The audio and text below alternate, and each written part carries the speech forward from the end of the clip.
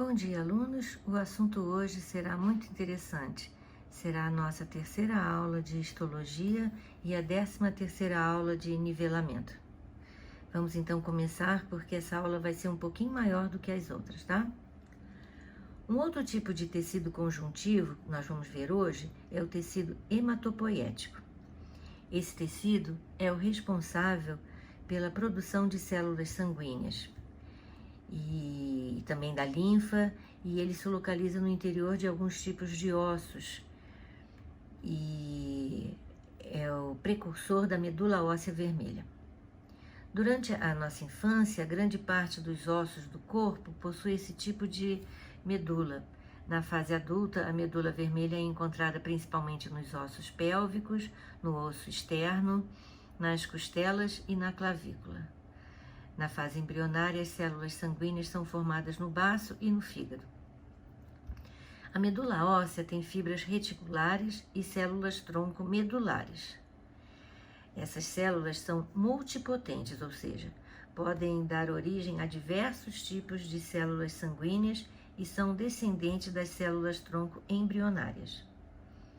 As células-tronco embrionárias são totipotentes, isso é, não só dão origem às células sanguíneas, como qualquer outro tipo de célula do organismo. A multiplicação das células-tronco produz tanto células filhas, que se comportam como células multipotentes, quanto células que se diferenciam em vários tipos de células do sangue. Numa primeira fase dessa diferenciação, as células-tronco dão origem a duas linhagens celulares: células-tronco mieloide e células-tronco linfóide. As células-tronco mieloides originam as hemácias, as plaquetas, que também são chamados de trombócitos, e os linfócitos, tais como os neutrófilos, os basófilos, os eosinófilos e os monócitos, por exemplo. Já as células-tronco linfóides dão origem aos linfócitos B e T. Nos mamíferos, como nós, os linfócitos B se diferenciam na própria medula óssea. No caso dos linfócitos T, suas células precursoras se deslocam da medula óssea para o timo, aonde vão completar sua diferenciação. Para quem não sabe, o timo é um órgão que se localiza no osso externo e é dotado de tecido linfóide. Bem, o sangue humano é composto por plasma, é um único tecido líquido, hemácias, leucócitos e plaquetas. O plasma é uma solução aquosa de substâncias como proteínas, hormônios, gases, nutrientes, sais e também excreções. O plasma tem a função de transportar substâncias por todo o corpo e assim possibilita as células receberem os nutrientes e gases necessários para a respiração celular, isso é, para o seu próprio metabolismo, né? E também para expulsar substâncias tóxicas. Uma pessoa adulta com aproximadamente 60 quilos tem mais ou menos 4,5 litros de sangue na circulação e o plasma representa 55% do volume sanguíneo. Os componentes do sangue podem ser separados por centrifugação e analisados. E aí chegamos aos dados que o plasma é composto principalmente de água, que atinge 90%, e proteínas, 7%. Outros componentes são sais minerais, 0,9%, glicose, 1%, e também aminoácidos, gorduras e vitaminas. As proteínas mais abundantes são a albumina e as globulinas, entre elas as imunoglobulinas, que são os anticorpos. 45% restantes são constituídos por diferentes tipos de elementos figurados que são mergulhados no plasma. E quem são os elementos figurados do sangue? Vamos primeiro falar das hemácias. As hemácias têm a forma de um disco bicôncavo que nos mamíferos são anucleadas. Os homens têm cerca de 5,5 milhões de hemácias por milímetro cúbico de sangue e as mulheres 4,5 milhões por milímetro cúbico. Dentro das hemácias está a hemoglobina, que é uma proteína transportadora de oxigênio formada por 4 cadeias polipeptídicas ligadas a um grupo M. O grupo M é um composto químico que tem no centro um íon ferro. As hemoglobinas são células mais abundantes no sangue. São produzidas na medula óssea vermelha a partir de eritroblastos, que são as células originadas pela diferenciação das células tronco mieloides, e a sua produção é controlada pelo hormônio eritropoetina. Esse hormônio é secretado pelos rins. As hemácias são células responsáveis pelas trocas gasosas. Elas permanecem na circulação por cerca de 90 a 120 dias e depois são destruídas principalmente no baço. A parte proteica e os íons de ferro da hemoglobina são reaproveitados, mas o grupo M é transformado em bilirrubina, que é um composto excretado com a bile. Quando acontece da necessidade da retirada cirúrgica do baço, por algum acidente, por exemplo, essa função é realizada pela medula óssea vermelha e também pelo fígado. As hemácias têm a função de transportar gases respiratórios. A obtenção de gás oxigênio e a remoção do gás carbônico são atividades essenciais à vida, vocês já sabem, né? O metabolismo aeróbico é muito mais eficiente e rendável do que a fermentação em termos de moléculas de ATP geradas por moléculas de glicose consumida. A maioria das células dos seres aeróbicos suporta durante muito pouco tempo o metabolismo anaeróbico. Porém, por outro lado, o acúmulo de oxigênio torna o meio ácido, isso é, o sangue ácido pela formação de ácido carbônico, e isso também pode levar à morte. Nos animais, houve o desenvolvimento de muitas estratégias adaptativas para solucionar este problema. Por exemplo, os que são pequenos ou são achatados, como os plateumintos, têm células próximas da superfície e o oxigênio e o gás carbônico se difundem por difusão simples. Mas a maior parte dos animais depende de outros mecanismos bem mais elaborados para essa função de fornecimento de oxigênio e a eliminação de gás carbônico. Por exemplo, os insetos têm uma rede de canais que permite as trocas gasosas diretamente entre o ar e todas as células do corpo, fazendo respiração traqueal. Mas em outros animais, este veículo é o sangue. O sangue, então, estabelece uma conexão entre os tecidos e as superfícies respiratórias. A pele, que neste caso estamos falando da respiração cutânea, como acontece nos anfíbios, as brânquias dos peixes e os pulmões nos mamíferos. Neste caso, ocorre a hematose, que são as trocas gasosas entre o sangue e o ambiente através das superfícies respiratórias. O transporte de oxigênio se dá de duas formas pelo sangue. Em vertebrados, uma fração ínfima é transportada dissolvida no plasma. Por exemplo, em 100 mililitros de plasma, só 0,3 mililitros de oxigênio é transportado dessa forma. Porém, em igual volume de sangue, transporta até 20 mililitros desse gás, principalmente ligados à hemoglobina. A hemoglobina aumenta muito a capacidade do sangue transportar o oxigênio. A hemoglobina se liga ao oxigênio na superfície dos órgãos respiratórios, onde a concentração deste gás é alta, e libera o oxigênio nos tecidos, onde a concentração é baixa. Quando a hemoglobina se liga ao oxigênio, forma-se a oxihemoglobina. E então vamos falar agora no caso dos atletas que, por exemplo, quando vão jogar em países de maior altitude do que o lugar onde eles vivem, eles têm que viajar alguns dias antes para esse local. Por quê? Porque os jogadores nativos têm mais hemoglobina do que as pessoas que vivem a nível do mar. A frequência cardíaca e o volume minuto respiratório, que é a quantidade de ar renovado nos pulmões por minuto, também são maiores. Em altitudes elevadas, como por exemplo a cidade de La Paz, na Bolívia, o ar é rarefeito, então a oferta de oxigênio é menor do que o nível do mar. E aí os atletas deverão ir para o local do jogo alguns dias antes, né? Para quê? para que a baixa saturação de oxigênio no sangue faça com que seus rins secretem o hormônio que estimula a medula óssea vermelha a produzir mais hemácias e mais hemoglobina. Aí, o aumento da quantidade de hemácias de hemoglobina eleva a capacidade de captação e transporte de oxigênio. E eu quero lembrar que o monóxido de carbono, o CO, que é liberado na queima de combustíveis fósseis, como por exemplo a gasolina, pode também ligar-se à hemoglobina, formando a carboxihemoglobina. A afinidade da hemoglobina com o monóxido de carbono é cerca de 300 vezes maior do que com o oxigênio. E se a concentração de monóxido de carbono no ar inspirado for muito alta, mesmo que haja oxigênio disponível, não há como absorver o oxigênio e transportar dos pulmões aos tecidos.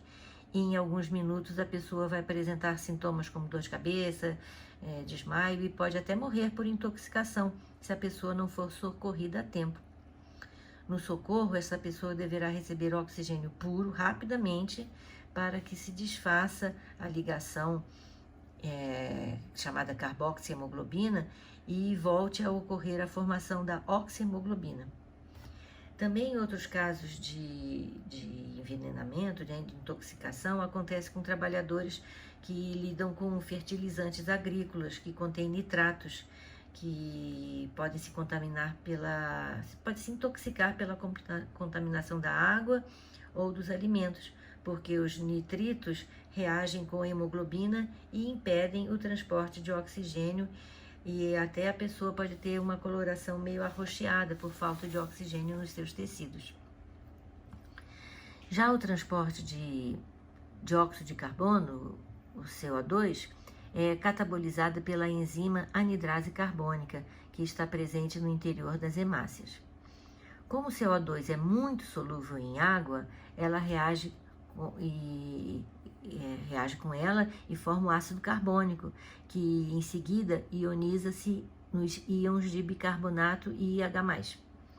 Nos tecidos, a liberação de CO2 pelas células mantém alta concentração desse gás no sangue, aumentando a produção de ácido carbônico e, consequentemente, a liberação de íons H+.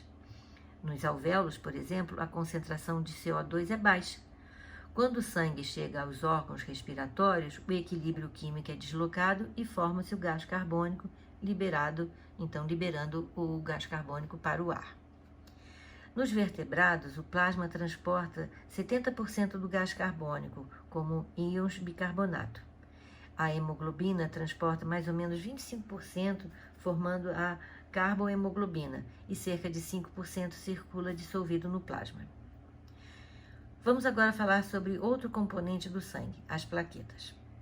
As plaquetas não são células, são fragmentos citoplasmáticos liberados pelos megacariócitos. Elas têm um formato discoide e existem 150 a 350 mil plaquetas por milímetro cúbico de sangue. As plaquetas participam da coagulação sanguínea e a diminuição do seu número predispõe o indivíduo a sangramentos. Elas são encontradas apenas nos mamíferos. Vamos então ver como se dá a coagulação do sangue nos vertebrados. Nós temos eficientes mecanismos de coagulação para conter hemorragias. O conjunto desses processos chama-se hemostasia. Este fenômeno pode ser dividido em 4 etapas: as fases vascular, plaquetária, plasmática e de regeneração.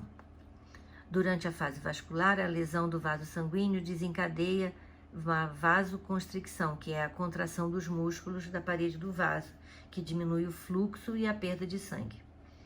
A eficácia desse mecanismo restringe-se a vasos sanguíneos de pequeno calibre. Ao furar a orelha, por exemplo, apenas a reação vascular já interrompe o sangramento, já é o suficiente. A fase plaquetária depende das plaquetas, que têm 2 propriedades importantes: a adversidade, capacidade de aderir às bordas da lesão, atraídas por compostos químicos liberados pelos tecidos lesados, e a agregação, que é a união das plaquetas umas às outras com a formação de um tipo de rolha, que, embora frágil, funciona como um primeiro tampão no local lesado. Na fase plasmática, componentes liberados na lesão pela ruptura das células e pelas plaquetas que se rompem ao aderir ao ferimento desencadeia a coagulação. Tais compostos, chamados de fatores de coagulação, têm natureza proteica e permanecem inativos durante a maior parte do tempo. Durante a coagulação, processo final, acontece uma sequência de reações em cadeia, em que o produto de uma reação é a enzima que catalisa a reação seguinte.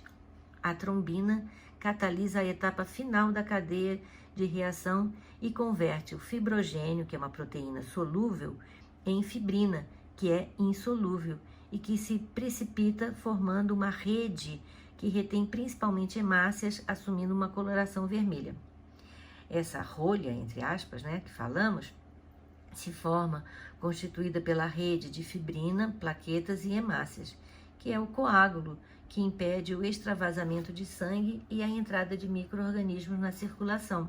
Então, o coágulo funciona tanto para impedir que o sangue saia, como para impedir que micro-organismos penetrem pelo furo ou pelo corte que a pessoa sofreu. Na fase de regeneração, uma vez que é estancada a hemorragia, o coágulo vai sendo gradativamente substituído por células fagocitárias. O coágulo termina por desprender-se naturalmente quando ocorre a regeneração total do local lesado. Por isso, quando a gente retira aquela casquinha de um ferimento, antes de completar a regeneração por tecidos lesados, o sangramento pode reiniciar. Ainda falando sobre coagulação, podemos ressaltar um problema genético que se chama hemofilia. Na hemofilia, a coagulação do sangue é afetada e causa episódios frequentes de hemorragias. O tratamento consiste em transfusões de sangue ou de plasma e, mais atualmente, tem-se usado leite de cabra geneticamente modificadas com a capacidade de secretar o fator 8, que oferece uma grande vantagem para se evitar o risco de transmissão de doenças como a hepatite, por exemplo, hepatite C, com transfusões constantes. Os anticoagulantes, como a heparina, são compostos que bloqueiam a cascata da coagulação. A maioria impede a produção da prototrombina ou a conversão da prototrombina, que é a enzima inativa, em trombina, que é a enzima ativa, e, consequentemente, convertem o fibrogênio solúvel em fibrina insolúvel. A heparina é produzida pelos pulmões e fígado, por exemplo. A vitamina K desempenha também um papel muito importante na coagulação sanguínea e é produzida por bactérias presentes no nosso intestino, fazendo parte da flora intestinal, e também encontrada em alguns alimentos como o brócolis, couve-flor, no agrião, na rúcula e também no espinafre. Uma curiosidade: a iridina é uma substância anticoagulante e está presente na saliva das sanguessugas, que são anelídeos, que se alimentam de sangue, são hematófagos. E hoje em dia essa substância também é produzida pela engenharia genética. Também encontramos substâncias anticoagulantes nas salivas dos mosquitos e alguns morcegos. E por quê? Porque eles não querem que o sangue coagule, enquanto está picando a pessoa, enquanto está se alimentando do sangue das pessoas. E então ele produz substâncias anticoagulantes, tá? Também a peçonha de algumas cobras, como por exemplo a urutu, também tem substâncias anticoagulantes e causam hemorragia pelo nariz, pelas gengivas, pelas vias urinárias e pelo sistema digestório, e pode levar à morte de pessoas picadas. Agora vamos falar sobre os glóbulos brancos, os leucócitos, ok? São células que têm a função de defesa do organismo. Há 5 tipos principais de leucócitos: os linfócitos, os neutrófilos, os eosinófilos, os basófilos e os monócitos, sendo que cada um desempenha diferentes papéis na proteção do organismo. Os linfócitos representam cerca de 25% do total de células brancas no sangue, mas o número costuma variar muito. Já os monócitos, que destroem bactérias e representam entre 2 e 8% do total de leucócitos. O número de leucócitos normal depende da idade e do sexo. Os neutrófilos chegam a 40 ou 60% dos leucócitos, os eosinófilos de 1 a 4% e os basófilos estão em menor número, chegando somente a 1%. O aumento geral de leucócitos é chamado de leucocitose e pode estar relacionada a uma infecção bacteriana ou a uma inflamação, também a leucemia, ou a traumatismos, ou exercícios intensos, ou também ao estresse. Já o número menor de leucócitos, a leucopenia, pode estar relacionado à quimioterapia ou a doenças imunológicas. Apesar disso, qualquer resultado de exame sempre deve ser avaliado por um médico. O médico também vai avaliar a história clínica do paciente e somente ele poderá interpretar o verdadeiro significado do resultado, ok? Agora vamos voltar a falar sobre glóbulos brancos e vamos falar agora sobre o sistema linfático. E vamos voltar ao sistema imunológico, isso é, a defesa do nosso organismo já, tá? Além do sistema circulatório, os vertebrados também têm uma rede ampla de vasos linfáticos distribuídos pelo corpo todo, responsável pela captação do líquido tissular, que não foi reabsorvido pelos capilares sanguíneos e que deve ser reconduzido à circulação. Os edemas são exatamente o que ocorre por algum motivo o sistema linfático não desempenha sua função. Edema é um inchaço. O líquido circulante é a linfa, que tem uma circulação que vai sempre em direção ao coração, graças à presença de válvulas. O sistema linfático é formado pelos capilares linfáticos, vasos linfáticos, ductos linfáticos e linfonodos. Há uma confluência dos vasos linfáticos com os vasos sanguíneos provenientes do baço na região torácica, e assim o líquido denominado linfa retorna à composição do sangue. A composição da linfa difere da do sangue apenas porque não tem hemácias, então ela tem uma cor esbranquiçada. Em diversos pontos da rede linfática encontram-se os linfonodos ou nódulos linfáticos. Eles se localizam no pescoço, nas axilas, na virilha e no intestino e têm a função de filtrar a linfa. Como é que acontece essa filtragem? Ao passar pelos nódulos, os leucócitos identificam e destroem partículas e substâncias estranhas. E como isso acontece? Quando o corpo é invadido por micro-organismos, os leucócitos de linfonodos próximos ao local da invasão identificam o invasor e se multiplicam.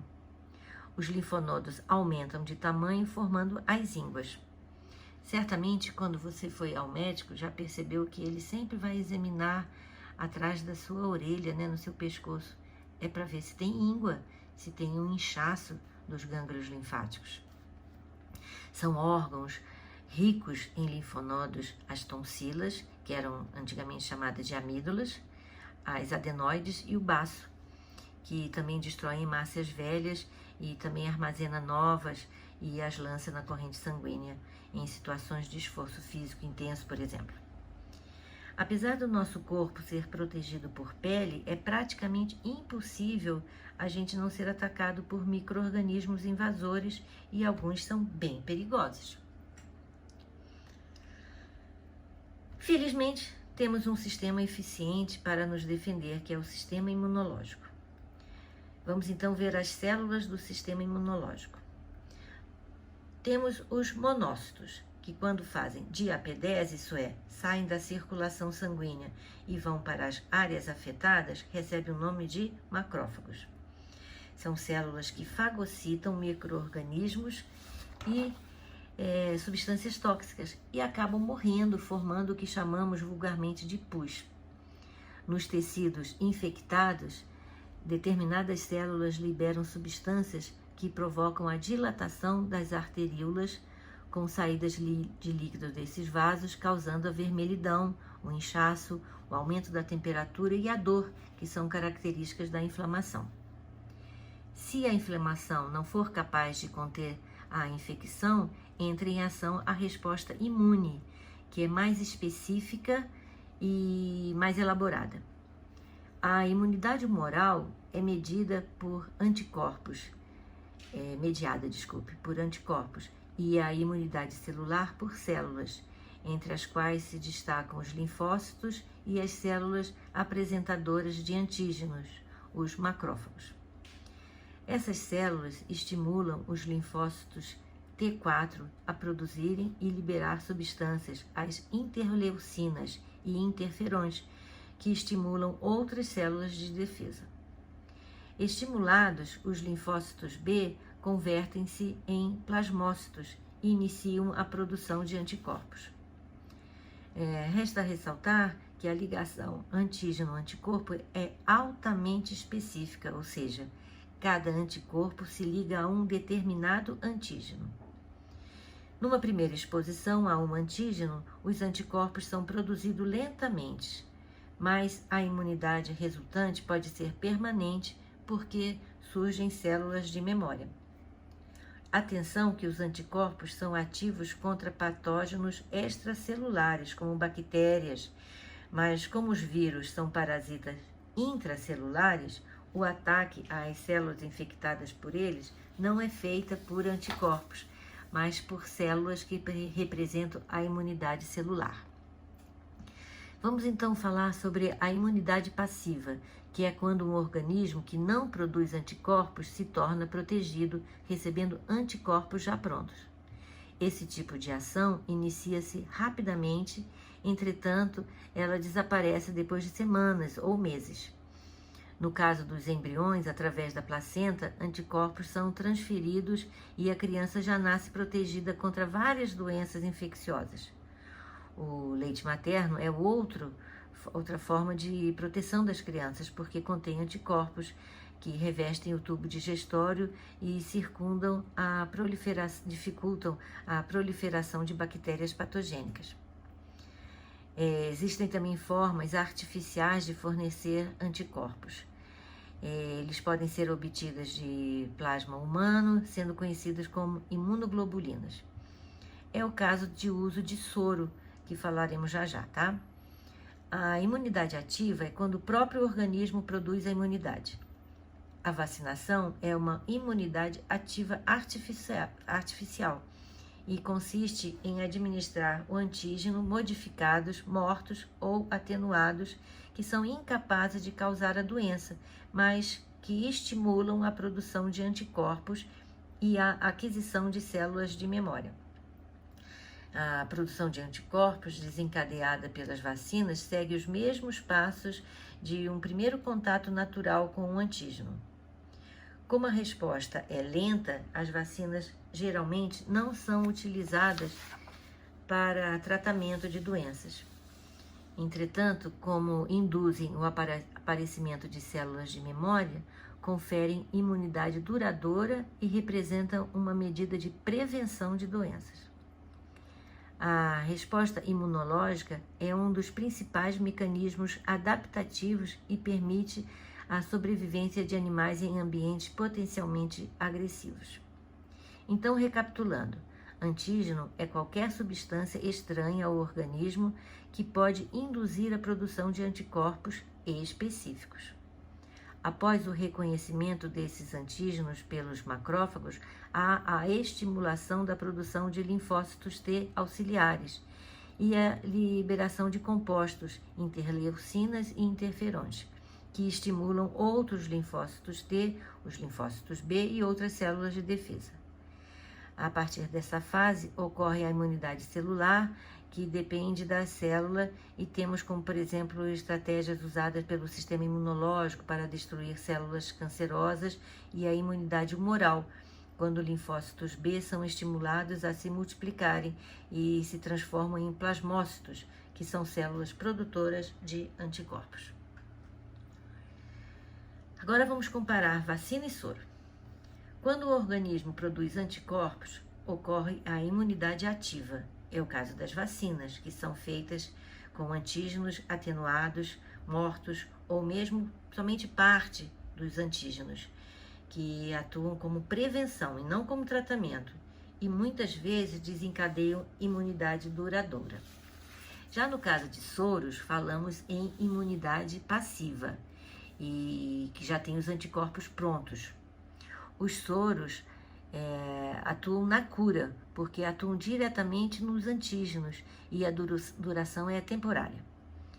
Teoricamente, seríamos capazes de nos defender de qualquer antígeno, porém, no caso, por exemplo, de peçonha de cobra, o antígeno é tão potente que causaria a morte antes da pessoa ter tempo de identificar a peçonha e se defender dela.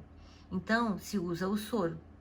Os soros são fabricados da seguinte forma: o antígeno, no caso a peçonha, é aplicado em animais de grande porte, cavalos, por exemplo, que acabam por produzir anticorpos e então o seu sangue é retirado e extraído os anticorpos, que serão usados para a fabricação e dos soros, né? E salvam muitas vidas. Voltando às vacinas, vejam esse slide que resume as características de algumas vacinas contra esta doença que está acontecendo, infelizmente, no mundo todo e causando muitas mortes, que é a Covid, né? Nesse caso, nós temos 4 tipos de vacinas. A. As que usam vírus atenuados ou enfraquecidos, que é a estratégia mais antiga, que foi usada na primeira vacina, que foi contra a varíola, que é uma doença que foi a primeira e a única que foi erradicada do planeta, por 2 motivos. A varíola, ela é causada por um vírus de DNA e também ela só, que é menos mutante, né? E ela só atinge seres humanos. Quando as populações do mundo todo, de todos os países, quase 100% foi vacinada, pronto, a varíola parou de existir depois de causar muitas mortes. B. Vacinas que usam o vírus inativo quando o antígeno é cultivado em ovos. Por isso que as crianças, aos 6 meses, têm que comer ovo para ver se elas são alérgicas, porque se forem alérgicas à proteína do ovo, elas não podem tomar algumas vacinas. C. Vacinas que usam um fragmento do patógeno, onde, nesse caso, a porção mais importante do patógeno, sua parte mais atacada pelo sistema imunológico, é produzida em laboratório. E D. Vacinas que usam o DNA ou o RNA viral. E também temos vacinas de partículas semelhantes ao vírus e, por último, vacinas que usam subunidades proteicas.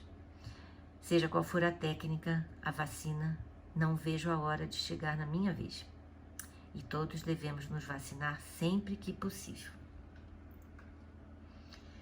Então, vamos falar sobre um assunto que vocês sempre perguntam agora, sobre as alergias.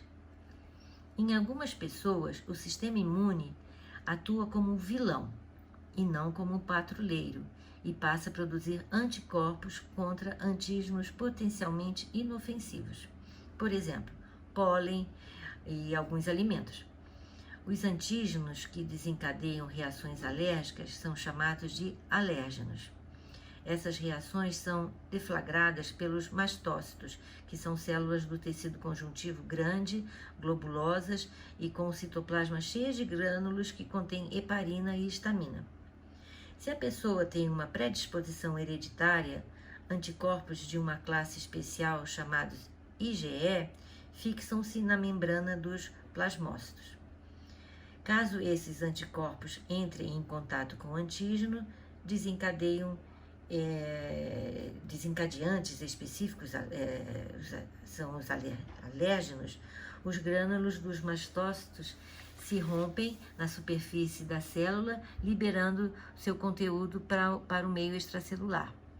Uma forma bem grave, que pode levar à morte de pessoas alérgicas é o choque anafilático. O interessante é que as reações de alergias não são quantitativas, e sim qualitativas. Então, se a pessoa é alérgica a qualquer quantidade dessa substância, os alérgenos, mesmo que pequenas, pode causar reações mais ou menos graves. Os tratamentos que nós, alérgicos, fazemos é o uso de antialérgicos que evitam a liberação de histamina, mas os mastócitos, ou bloqueiam as ações dessas substâncias, tá? Eu, por exemplo, desenvolvi alergias cutâneas a vários produtos e com isso eu só posso usar uma marca de maquiagem, e todos os produtos de higiene são de uma marca testada e indicada para pessoas alérgicas. Infelizmente são muito caros, muito mais caros do que os produtos comuns, e também tomo medicamentos diariamente. Já fiz um tratamento com anticorpos monoclonais injetáveis, bem caros, e agora estou com as alergias sob controle, apesar de, para sempre, devo me manter bem afastado das substâncias que me causam alergias. Como a Capitão Kelly fala, os alérgicos usam uma metralhadora para matar uma formiga e muitas vezes acabam nem matando a formiguinha, porque tamanho foi o arsenal usado. Rapidamente falaremos como se dá uma reação alérgica. Os alérgenos entram na corrente sanguínea e aí os linfócitos B convertem-se em plasmócitos e produzem anticorpos. Os anticorpos aderem-se à membrana dos mastócitos, alérgenos ligam-se aos anticorpos aderindo aos mastócitos numa segunda exposição, e por fim, grânulos citoplasmáticos dos mastócitos rompem-se e liberam histaminas que provocam os sintomas alérgicos, como coceira, vermelhidão, coriza, olhos lacrimejando e vários sintomas horríveis, né? Só nós, alérgicos, sabemos.